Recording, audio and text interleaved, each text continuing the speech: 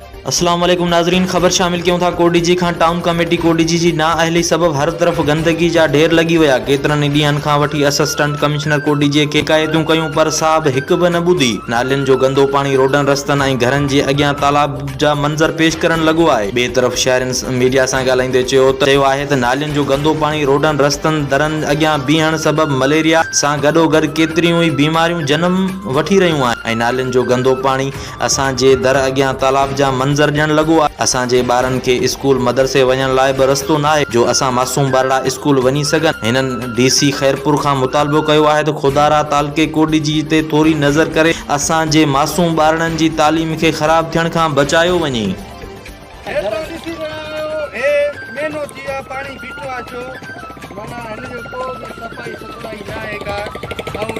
शेख खे 50 दफ़ा झलियो आहे, उहो पंहिंजी माना मन मनाई करे थो कि ऑफिसर बि चवनि था त पंहिंजो SDM साहिबु तॾहिं बि कुझु नथो करे।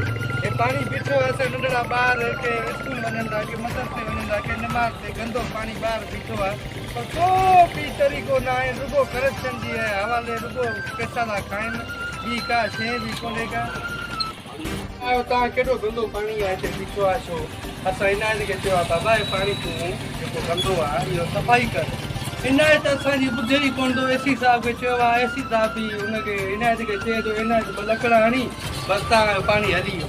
बाबा पाणी काॾो हली वियो? तव्हां ॾिसो त पाणी बीठो आहे, असां नंढड़ा ॿार स्कूल वञनि मदरसो वञनि, उहे काॾो गंदो पाणी ॿार बीठो आहे ऐं किरोना लॻी पई आहे। माण्हू थोरो एहतियात करे, पर हिननि खे रुगो पैसा खाइण जी आगाह।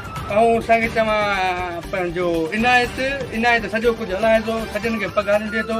आगाह वॾो करप्ट आहे। आगाह जेको माल खाधो आहे न हितो टाउन कम 13 साल आगाह लुटियो आहे हिनखे, टाउन कोडीजी खे आगाह न छॾियो आहे टाउन खे। एॾी करप्शन निकिरे, पर असांजा जेके नुमाइंदा आहिनि उहे हिनखे हटाइनि कोन था। करप्शन जे असांखे चवां बादशाह वेठो आहे छा इहो आगाह।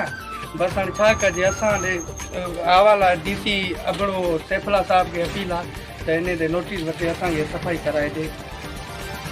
तक़रीबन इलाही महीना थी विया आहिनि ऐं हिकिड़ो स्वीपर जेको आहे सॼे हिते एडमिनिस्ट्रेशन खे हलाए थो। स्वीपर जेको आहे जेको भंगी ॿुहारी ॼण वारो आहे उहो हलाए रहियो आहे। AC खे 50 चकर चयो आहे ॿियनि आला अमलदारनि खे, लेकिन हाणे उनजो को ख़र्चु न निकितो आहे। असां डायरेक्ट कंप्लेंट जेकी आहे हाणे सिविल जज वटि साम्हूं वञी कंदासीं। उन्हनि जो बि तो गुज़र सभु अचणु वञणु थिए थो हिन ई रोड तां, हिन घर जे भरिसां। एॾी करप्शन आहे, को रुपयो कमु नथो थिए हिते असां वटि। तव्हांजे घर में पाणी घरनि ते ॾिसो था दरवाज़नि खां पाणी बीठो आहे, निकिरी कोन था सघूं।